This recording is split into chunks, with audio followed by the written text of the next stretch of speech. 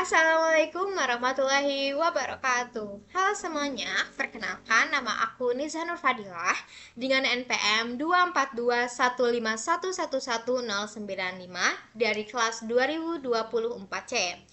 Di sini saya akan membuat salah satu tugas UTS kepramukaan yang diampu oleh dosen Bapak Dedi Nurjamil, Magister Pendidikan. Nah, langsung saja ke pembahasan mengenai 5 soal UTS kepramukaan yang akan saya jawab satu persatu. Nah, untuk menjawab pertanyaan nomor satu, yaitu pembagian kelompok dalam kepramukaan merupakan proses mengelompokkan anggota pramuka ke dalam unit-unit kecil seperti regu. Regu ini untuk pramuka penggalang atau barung untuk siaga, dengan tujuan mempermudah pembinaan, meningkatkan kerjasama, serta menanamkan tanggung jawab individu dalam kelompok. Konsep ini didasarkan pada sistem beregu, di mana setiap kelompok memiliki pemimpin atau ketua regu dan anggota yang bekerja sama mencapai tujuan bersama. Contoh implementasinya dapat dilihat saat kegiatan perkemahan, di mana peserta dibagi menjadi beberapa regu yang masing-masing bertugas mengatur tenda, memasak, hingga mengikuti lomba. Nah, pembagian kelompok ini itu sangat penting karena melatih kepemimpinan, kerjasama, komunikasi, dan kemandirian anggota. Dengan adanya kelompok kecil, setiap anggota memiliki peran aktif sehingga proses pembelajaran menjadi lebih efektif dan bermakna.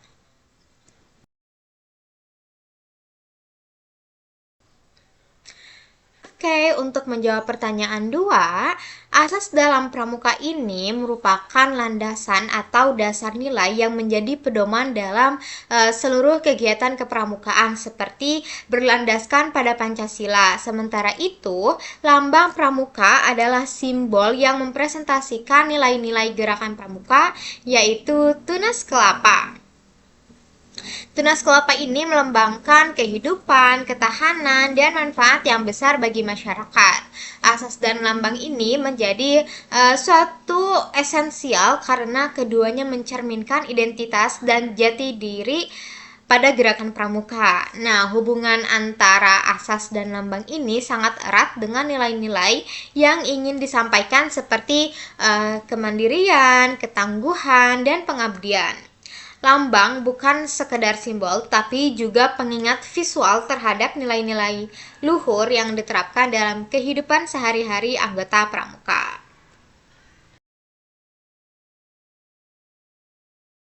Selanjutnya, untuk pertanyaan 3, fungsi dan peranan kepramukaan dalam pendidikan bangsa ini merupakan suatu, misalnya nih, kayak kepramukaan ini memiliki fungsi sebagai sarana pendidikan non formal yang membantu pembentukan karakter, keterampilan hidup, serta sikap sosial peserta didik.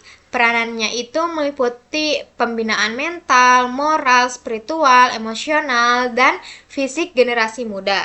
Dalam pendidikan bangsa, pramuka berkontribusi dalam membentuk individu yang disiplin, bertanggung jawab, cinta tanah air, dan mampu bekerja sama.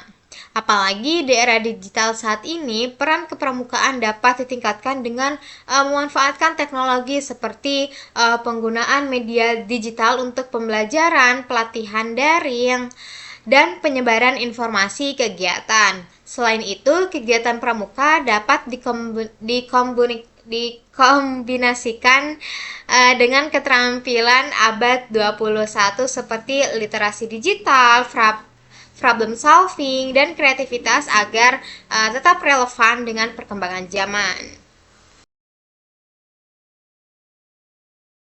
Selanjutnya, untuk pertanyaan keempat, yaitu Prinsip dasar kepramukaan ini merupakan nilai-nilai fundamental yang menjadi pedoman seperti iman dan takwa kepada Tuhan Yang Maha Esa, peduli terhadap bangsa dan sesama, serta peduli terhadap diri sendiri. Nah, metode kepramukaan merupakan cara pelaksanaan pendidikan pramuka yang khas seperti belajar sambil melakukan atau learning by doing. Kegiatan menarik dan menantang, sistem bergu, serta adanya penghargaan berupa tanda kecakapan.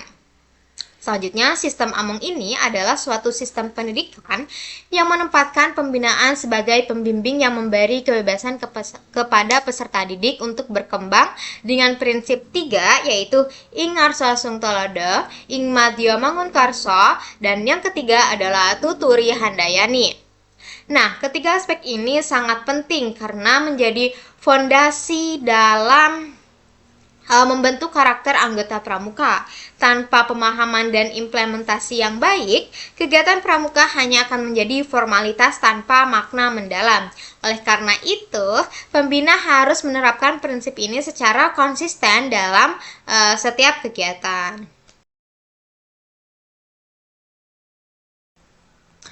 Selanjutnya, untuk menjawab pertanyaan 5, yaitu Gerakan Pramuka merupakan organisasi pendidikan non-formal yang memiliki struktur mulai dari tingkat nasional atau kuartir nasional, daerah kuarda, cabang kuarcap, hingga gugus depan atau gudep.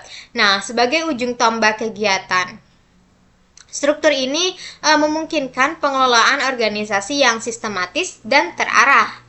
Nah, ADART atau singkatan dari Anggaran Dasar dan Anggaran Rumah Tangga adalah turunan dasar yang mengatur tujuan, prinsip, keanggotaan, serta tata kelola organisasi pramuka. Nah, ADART ini berpengaruh besar dalam pengalaman anggota karena menjadi pedoman dalam menjalankan suatu kegiatan dan menentukan arah organisasi. Pemahaman terhadap ADART penting agar anggota mengetahui hak, kewajiban, serta nilai-nilai yang harus dijunjung tinggi. Dengan memahami ADART, anggota pramuka tidak hanya aktif secara kegiatan, tetapi juga memahami esensi organisasi secara menyeluruh sehingga dapat berkontribusi secara lebih bertanggung jawab dan profesional. Oke semuanya, terima kasih telah menonton video 5 pembahasan soal UTS Kepramukaan. Mohon maaf apabila ada kesalahan. Terima kasih atas perhatiannya. Wassalamualaikum warahmatullahi wabarakatuh.